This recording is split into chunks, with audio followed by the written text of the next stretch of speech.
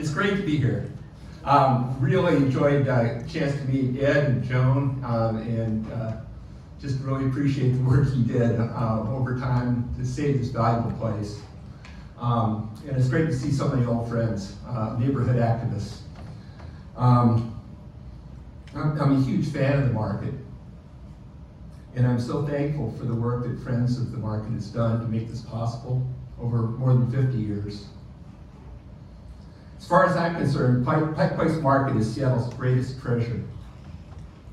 Seattle's famous for many things: for Jimi Hendrix and Kurt Cobain, for the Space Needle, for Boeing, Microsoft, Amazon, and Starbucks.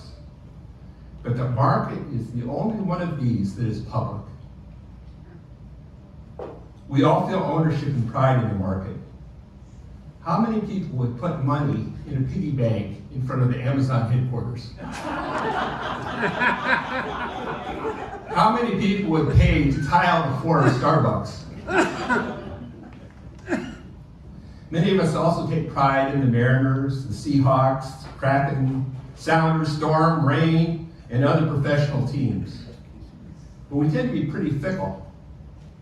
Most people are proud only when their team is winning. But no one is fickle about the market. It comes through for us every day. This evening, I'm going to talk about the market as a neighborhood and as a community. But first, I want to explain why I'm so passionate about neighborhoods, describe the relationship between people and place, highlight the unique power of community, and discuss the role of city government in working with neighborhoods and their communities. I'll begin by sharing the story of how I discovered the value of neighborhoods. This is Waverly, Iowa. How many of you been to Waverly? Woo! All right! Oh, excellent! Well, as you know, Waverly is a town of 6,000 people in northeast Iowa. And it's one of those places so small, everybody knows each other. And everybody watches out for each other. We felt really safe in this small town because everybody's watching out for you. But as a teenager, I couldn't get away with anything either. You know, you sort of want a little more anonymity. I moved from Waverly to Grinnell, Iowa, where I went to college. I met my wife there. And when we graduated, we just said, we gotta get away to a bigger place. And we looked, and we wanted to get as far away as we could. And we looked at a map of the United States, and the furthest dot we could find from Waverly, Iowa was Seattle, Washington. So we said, that's where we're going. Neither of us have ever been to Seattle before. We didn't know anybody in Seattle. We said, that's where we're going. So we bought this old VW square back. We put all our belongings in the back, and we started to head towards Seattle. Well, neither one of us had ever driven a stick shift before. We were having a hell of a time, grinding the gears. Finally got it in fourth gear. We were okay getting down the freeway, but then we hit Seattle. When we looked at Seattle on the map, you know, it looked pretty flat. We didn't realize Seattle's built on 7 gigantic hills, and it seemed like all the housing was at the top of hills. There we are driving up the counterbalance, looking for housing in Queen Anne, and you know, stopping at the intersection, putting in the clutch, practically plowing into the car behind me, looking for jobs downtown, trying to parallel park. We just felt totally lost and overwhelmed in this huge city and disconnected.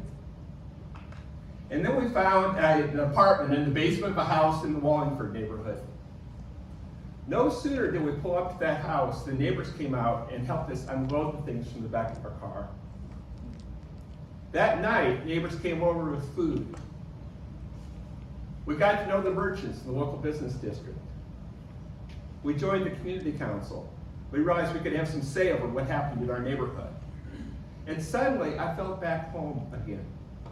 In many ways, the scale of that neighborhood was much like the scale of the small town I grew up in. And for the first time, I really valued community, something I'd taken for granted before that. So I'd like to talk a little bit about community, because sometimes we use that word interchangeably. Sometimes we talk about it as the place where we live, sometimes we talk about it as the people with whom we connect. I like to think about neighborhood as the place with which we identify. But community is really about a group of people who identify with and support one another. So you can have a great neighborhood and not have a strong community. You can also have a community outside the context of a neighborhood. But I think in many ways, Our neighborhoods provide the perfect context for community. And here are some of the key ingredients I think you need to build community that neighborhoods provide. One is you need a common identity.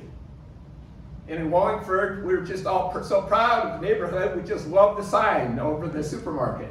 But people identify often with the neighborhood before they identify with the city of Seattle. Manageable scale.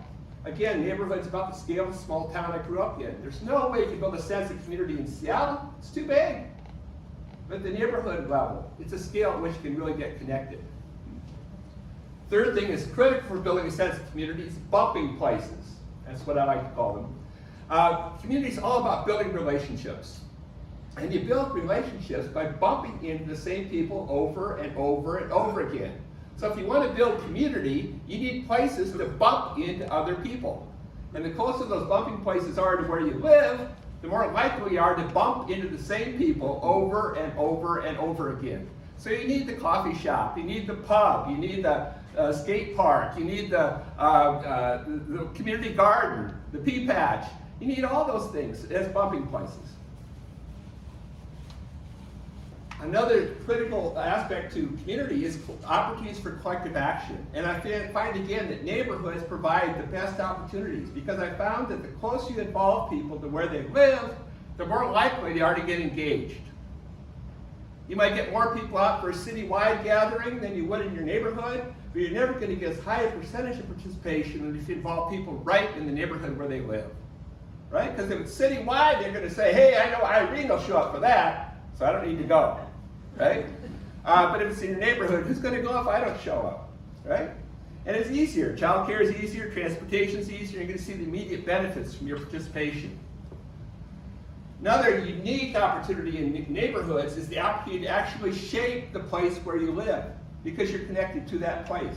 So placemaking is absolutely critical. And I think the most important thing for me is the potential for inclusive community. There are all kinds of communities. There are communities that are organized around a particular identity, whether that is race or culture or sexual orientation or religion or politics. There's communities around interests, whether those are hobbies or sports or whatever. But neighborhoods are the only kind of community that bring diverse people together or have the potential to bring diverse people together. Because in every neighborhood, there are people with differences. It might just be differences around income, it might be differences around religion, around culture, around age, around sex, around or gender, around all kinds of things.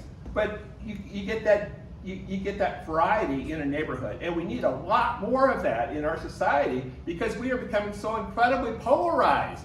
Where we have communities that are just organized around their politics, communities that are just organized around their religion, and they see each other as a problem. When we get to know each other, we take off those labels and we start knowing people as neighbors. I think there are two tools for meeting people's needs, and both are crucial. One is agencies. By agencies, I mean organizations that are largely led by paid staff. So it'd be most nonprofit organizations, local government, hospitals, universities, and then community. And community, again, is just people who come together voluntarily to support one another. Both are absolutely critical. But they have two very different natures. With agencies tend to deliver services where community provides care. Agencies, we have different classes of people. We have the professionals, we have the volunteers, we have the clients. In community, we're just all citizens in the largest sense of the word. Agencies tend to be top-down, whereas community is more democratic. Agencies tend to focus on people's needs, whereas community tends to focus on people's gifts. Agencies tend to be one way, whereas community is all about reciprocity, mutual support. Agencies tend to be siloed, where communities, everything comes together. It's a much more holistic view. And agencies are totally dependent on money, where communities are totally dependent on trust and relationships. And I'm not valuing one over the other. We absolutely need both. But I think when it comes to the things we care most deeply about, there's no substitute for community. Absolutely no substitute. And I want to give some examples. The power to care for the earth. I really worry about climate change. And we're not going to make it without community. It was community. It was a grassroots effort to start the whole Earth Day movement. The whole movement for environmental change has come bottom up. And when people are feeling disconnected from each other, what difference does it make if I don't recycle? What difference does it mean if I don't act responsibly? I'm just one person on this huge planet. But when we're in community, we feel some sense of responsibility, some sense of the collectively our actions will make a difference. Community is absolutely key to dealing with climate change. The power to care for one another. We saw that with the pandemic. You know, the pandemic hit and people in their neighborhoods knew who needed help, who needed the toilet paper and the eggs, people who needed rides to the doctor or to the grocery store. People looked after each other. I saw a community where I live on Vashon Island like I'd never seen it before. The power to promote health. My colleagues John McKnight and Peter Black in their book, The Abundant Community, said our neighborhoods are the primary source of our health. How long we live, how often we are sick are determined by our personal behaviors, our social relationships, our physical environment, and our income. We are the people who can change these things, individually and with our neighbors. Medical systems and doctors cannot. Now, obviously, again, we need doctors. If you need surgery, you probably don't want to go to your neighbor, unless your neighbor's a good surgeon, right? But there's some things neighbors do that surgeons can't do. The power to prevent crime. Again, there are two major determinants of our local safety. One is how many neighbors we know by name. The other is how often we are present and associated in public, outside our houses. Police activity is a minor protection compared to these two community actions. Again, we need police for enforcement, but only communities can really prevent crime. The power to prepare for disaster. I do a lot of work in New Zealand. The mayor of Christchurch, which is our sister city, I was there just before the earthquakes. I was there repeatedly after the earthquakes. Leanne Delzell told me there's no better way to prepare for an emergency than getting to know your neighbors. Because when those earthquakes hit in Christchurch, there weren't enough emergency crews to get out to everybody. Much of the infrastructure was toast. You couldn't even get to places. So people for weeks were just totally dependent on their immediate neighbors. The power to advance social justice. We've seen this over and over again, that no social change ever comes top down. It all comes bottom up. So without strong communities, we can't make change. That was true of the civil rights movement. It was true of the women's rights movement. True of the gay lesbian rights movement. True of the peace movement. True of the environmental movement. Every major change has come bottom up. Save the market.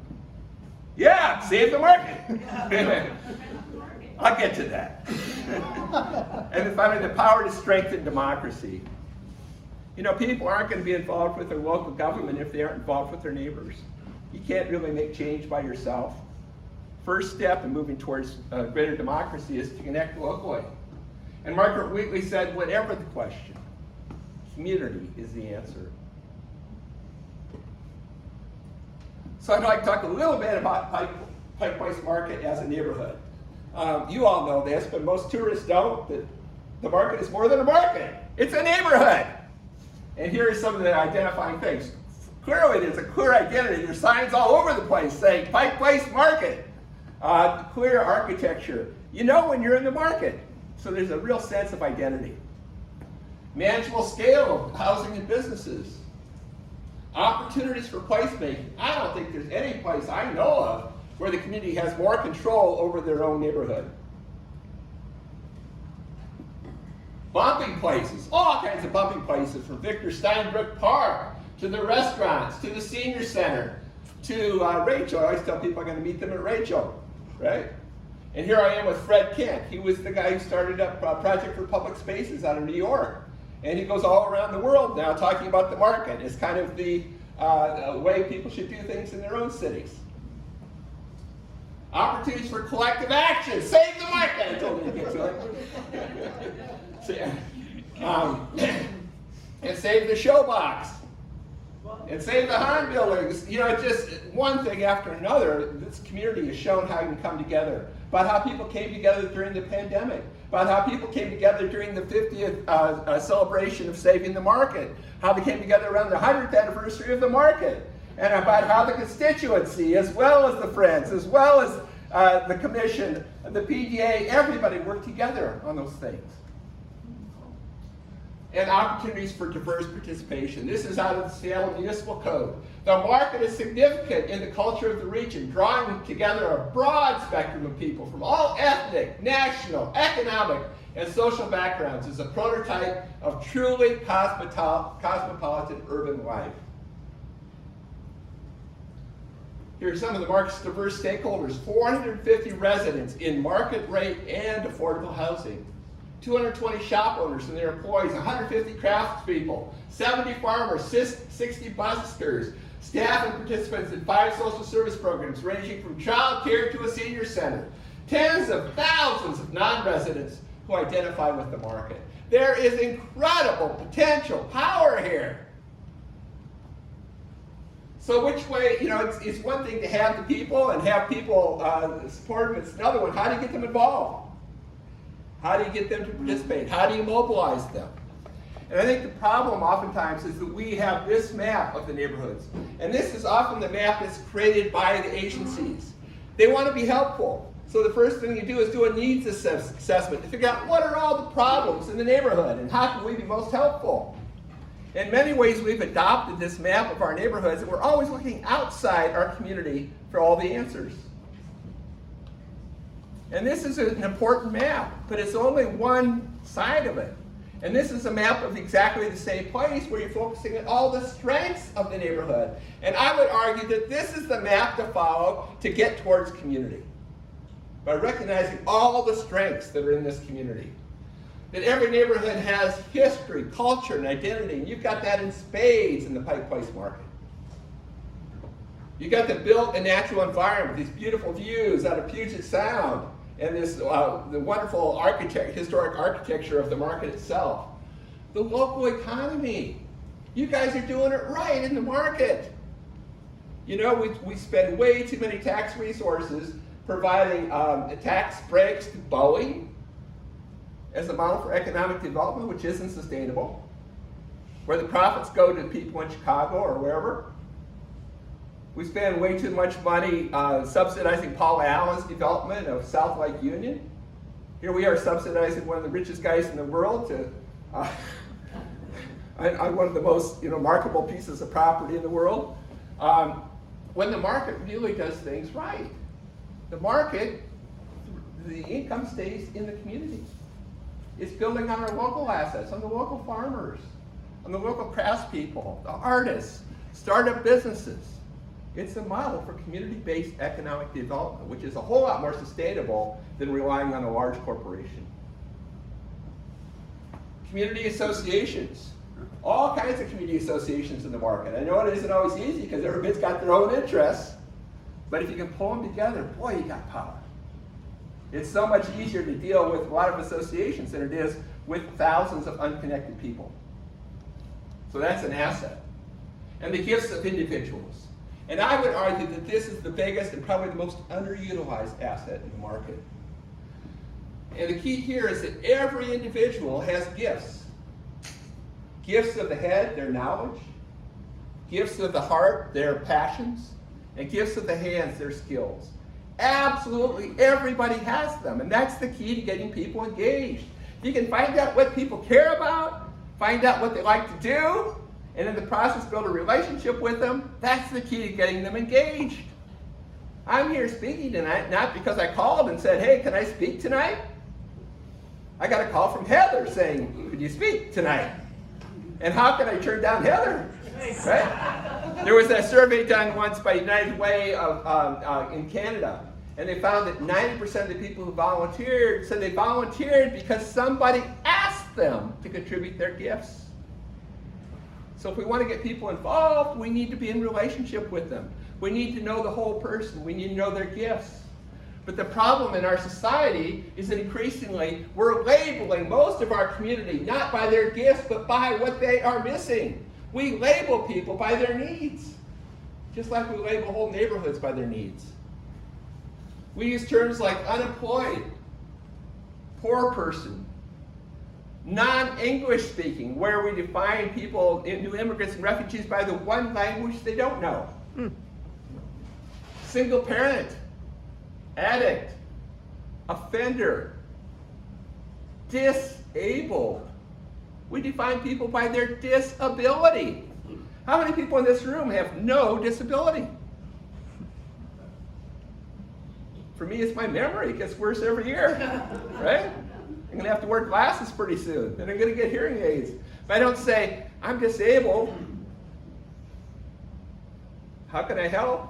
I try to identify some gifts I might have. But there's a whole group of people we identify solely by their disability, and we miss out on all their abilities. At-risk youth. We hardly ever talk about young people anymore without that adjective, at risk. And yet you remove that adjective. Who's got more energy than young people? Who's got more at stake in the future of our community than young people? Who understands technology better than young people? Who are the experts on young people more than young people? And we sit around and talk about the youth problem. We don't have a youth problem. The problem is we don't engage the gifts of young people in our community. And then the other end of the spectrum that I get increasingly sensitive to is old people and homeless people. So I'd just like to share a couple quick stories about the power of lifting off those labels. Because when you just focus on what people are missing, they become clients in a service system.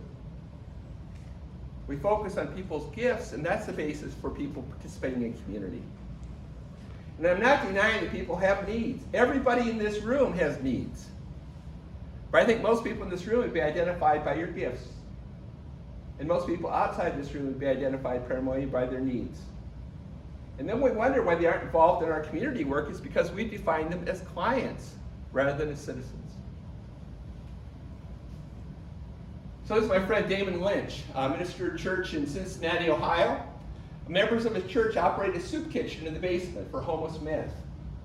And finally, one of the members of the church got this idea and says, why don't we interview these men, find out what their gifts are? Turns out, a whole bunch of these men like to cook. They said, would you like to help cook the meals in the soup kitchen? They were overjoyed. Nobody ever thought to ask them that before. And after a while, the homeless men and the members of the church are cooking and eating together. And it was kind of hard to tell who were the clients, right? And who are the providers, who are the volunteers, because it wasn't about services anymore. It was about community. That's the meaning of community, recognizing every one of us has needs, every one of us has gifts. It's about how do we support each other's needs with each other's gifts. Old people. I was in Adelaide, and I heard the story about Colleen, who was a woman who was totally depressed, an older woman. And depressed for good reason, because she had lost her husband, and her best friend, and her dog. There was nobody left who she felt close to or who she thought cared deeply about her. So she just laid in bed every day, depressed. Barb was a social worker and came to see her one day and saw this knitting by the side of her bed and said, Colleen, what's that? Colleen said, that's a tea cozy. I made it years ago. Well, Barb knew there was a new upscale tea shop going in Adelaide, so she talked to the owners and said, you think you could sell some of these? They said, oh my God, we've been looking all for good tea cozies. Yeah, we could sell them. She came back and told Colleen. Colleen got a little bit excited. She started making tea cozies. They started flying off the shelf at the tea shop. She couldn't keep up with demand. So Colleen reached out to other older women who were in her same situation, and they formed the Cozy Club. And they worked together to make tea cozies. And they really didn't need the proceeds from these tea cozies, so they used all the proceeds to support an association of women's acquired brain injuries. And they involved some of these women in the Cozy Club. Well, I was, here's Barb with a wall hanging they made, showing the winery right outside of Adelaide. Well, I was back in Adelaide a couple years later. I ran into Barb, she came right up to me and said, Jim, we bought this old caravan. You know, it's what they call a trailer in Australia. We bought this little caravan, and now it's at the men's shed, and we're getting it outfitted with a spout and a handle. And they pull it through the streets of Adelaide, and they go into a neighborhood, and they serve tea.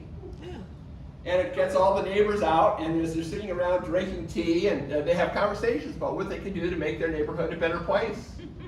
And they call this calling the trailer. And then as they're talking, they do knitting. And now they've created a gigantic tea cozy for college.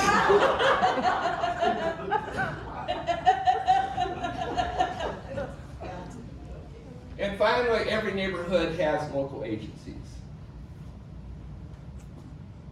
Now, agencies are different than the other assets in that sometimes they can be assets and asses, and sometimes they're assets, right? Here's some ways agencies can inadvertently harm community. One is by stifling community initiatives with red tape. I'm sure that never happens in the market.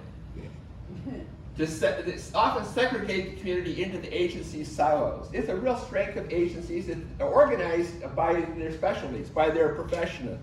So you got one silo for old people and elder services. You got another one for young people. You get another one for people with disabilities. You got another one for people who are immigrants and refugees. We've got everybody in their own box with their own separate set of services, and it totally divides the community. It's totally anti-community. We're having to organize ourselves the way the agencies, the way the professionals are organized, rather than professionals being organized the way the community is organized.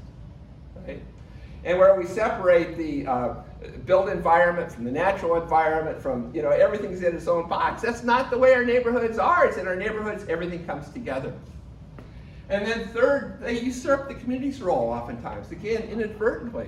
But over time, we've had more and more and more professionals doing often what communities used to do better for themselves. I often say that I find the strongest communities in the places with the fewest agencies that are trying to help the community. Now, I'm not one of those right-wing, anti-government, anti-agency. I've worked in nonprofits, I've worked in local government. We absolutely need agencies. We need services. There's some things communities don't do very well at all. They need to be done by professionals. So my passion is how do we get the best of both? And I think the key is agencies finding ways to help community. Help build community capacity. People want to do good work. They want to be inclusive, but they need some training. They need some tools to do that. Encouraging people who may have so much time, people to help make some of the connections across the different associations like our coordinators used to do. Encouraging to support community initiatives rather than just always pushing the agenda of the agency. And then focusing on whole neighborhoods or communities rather than separate functions. So I'd like to just talk quickly about how this applies to city government. City government, there's at least three different kinds of engagement they can do with citizens. And the first one is customer service. When I first came to the city of Seattle, to local government in 1987, everybody just read this book written by Ted Gabler called Reinventing Government. And it was about how to reinvent government to be more like a business. And we really got into that. It's like, how do we provide better customer service? How do we work more efficiently? We often refer to the city manager as the CEO. We have lines of business. Trying to run local government like a corporation. And I think there's some value to that. I mean, government needs to be responsive. Government needs to be accountable. Government needs to be efficient. But if government stops there and sees people only as customers, the inverse relationship is people think of themselves only as taxpayers. And we have lost our democracy. And I see that everywhere. That so many local governments don't go beyond this. Second step is to go to citizen participation and really take it seriously. Not just go through the motions, not just have public hearings where the same people show up and get their 2 minutes and decisions have been made before they even have the hearings, but really about how do we reach out to the full community. And how do we engage the community before we decided what we're going to do, and even helping set our priorities. And then finally, to move towards community empowerment, which is supporting the community to act on its own priorities through its own associations, recognizing we need both. We need both strong communities, we need strong local government. And I'd like to use Seattle City Hall as an example. I think in many ways, the city of Seattle set a great example about moving to those second and third tiers. When the city started recognizing neighborhood-based boards and commissions for our historic districts, that was a major step, where people in the neighborhoods have a voice and often the decision about the look of their neighborhood and sometimes even the utilization within their neighborhood. That's huge. There aren't many cities that do that. Forming a department of neighborhoods. First time it had ever happened anywhere that I know of where there was a city department actually organized the way that people were organized, by neighborhood. Allowing us to take more of a holistic view, look more at capacity of the community associations themselves. Starting up things like the neighborhood service centers, P-Patch program, neighborhood matching funds, supporting thousands of community self-help projects, newly engaging people who'd never been involved before, who didn't really want to go to meetings, but wanted to contribute to their community. And I was fortunate to work for Norm Rice, who got it. You know, when he was running for mayor, he was running against, his opponent was running on an anti-school busing platform. So Norm got on and says, boy, I better come up with an education platform of my own. So he says, I'm going to improve the schools, which were really suffering at the time. He got elected, and well, the city really doesn't have any jurisdiction over the schools, so what are we going to do? Well, instead of forming a blue ribbon commission, he organized an education summit. 30 gatherings across the city, 2,000 people participating, electing representatives to go to a citywide meeting at Seattle Center over a weekend, and together they came up with a strategy to say the city's role should be to help children be safe, healthy, and ready to learn. They put that on the ballot for a family and education levy. It passed overwhelmingly because it was the people's idea. Democracy works. Same thing when we did the comprehensive plan of the city and talked about how we're going to grow in the neighborhoods and how we're going to, neighborhoods went up in arms because they had growth targets for every neighborhood. Neighborhoods went up in arms because they hadn't had a good experience with growth. Growth was always something that was done to them. It was just about land use, and it failed to recognize all the other things that need to accompany growth to make it work. So Norm said, we're going to step back and we're going to let the neighbors decide how to plan within the context of the comprehensive plan. And 30,000 people stepped up across 37 neighborhoods to develop their own plans. And not one of those plans rejected the growth targets. 2 neighborhoods actually asked for higher growth targets because it wasn't just about growth. It was about how do we accommodate growth in a way that keeps the character of our neighborhood. How do we get the amenities that we've always wanted to have that we haven't had because we haven't had the people? Or how do we make the transit work better? And then voting overwhelmingly for new parks and libraries and community centers all over the city. Again, because it was their idea. You know, in the past, we'd always put on the ballot whatever the politicians' favorite projects were. Doesn't always work. Democracy works. But unfortunately, democracy is in crisis. I was a little heartened by the election, just because I thought it was going to be a whole lot worse. But if you think about it, so many people voting for election deniers is pretty depressing. So many people seeing government as the problem rather than as a solution is pretty depressing.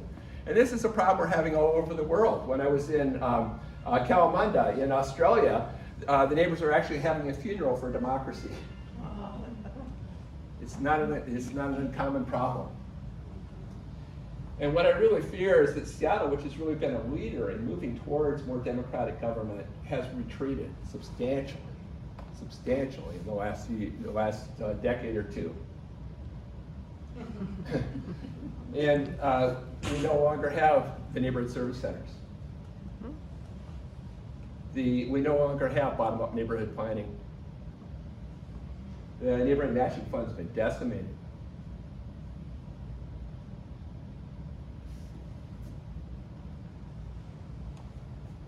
And they're taking away a lot of the authority, the responsibility of the commissions and the boards in the historic districts. So please come to that hearing. But in the words of Joe Hill, don't mourn, organize!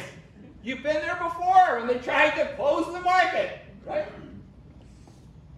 So align with other organizations committed to historic preservation to advance the cause. You aren't alone. There are people all over the city who care deeply about our historic preservation. Join forces with them. Align with other community organizations throughout Seattle to ensure the community has a voice in local government. That's how a lot of this started.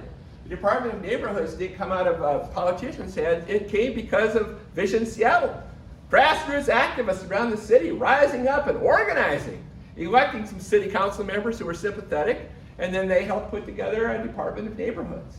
It happens. We can't wait for government. It's not going to happen if we just wait. It happens when we organize. And then finally, bring the diverse stakeholders in the market together to do what community does best. All those things I talked about, caring for the earth, caring for one another, promoting health, preventing crime, working for social justice. There's incredible potential in this market. I tell you, people just share my love for this place. And how do we tap that so we can really make change and keep this wonderful resource, but do even more. So thanks so much.